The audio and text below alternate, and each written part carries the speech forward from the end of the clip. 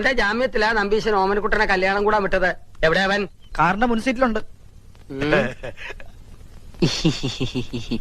ഞാനിവിടെ ഉണ്ട്. നീ എന്താടാ ഇവിടെ ഇരിക്കണേ? മാഷെ, ഒരു പ്രത്യേക സാഹചര്യത്തിൽ എനിക്ക് ഈ പെൺകുട്ടിയെ കല്യാണം കഴിക്കേണ്ടി വന്നു. എന്റെ ഗുരുവായൂരപ്പ ചതിച്ചുവോ?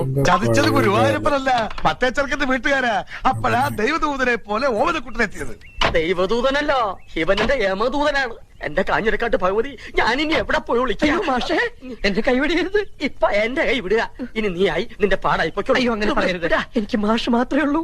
ഞാൻ നിന്റെ അച്ഛനോട് എന്ത് സമാധാനം പറയും? പൊയ്ക്കോളൂ. ജീവൻ വേണമെങ്കിൽ ഈ പെൺകുട്ടിയെ വിളിച്ചോണ്ട് വന്ന കാലത്തന്നെ തിരിച്ചു പൊയ്ക്കോളൂ. മാഷെ, എനിക്ക് ഇങ്ങനെയൊക്കെ പറ്റിപ്പോയി. ഞാൻ കാല് പിടിക്കാം. എന്നിട്ട് കാല് പിടിച്ച് വലിച്ചു കേറുക ഭീമനെ പോലെ. ഞാൻ നിന്റെ ഗുരുവല്ലേ, ഗുരുദക്ഷിണ ചോദിക്കുകയാണെന്ന് കൂട്ടിക്കോളൂ. നീ ദേവീത് തിരിച്ചു പോവോ? അതെങ്ങനെ പോകാനാ? അച്ഛനും അമ്മയും എവിടെ വെച്ചാ വിളിക്ക്.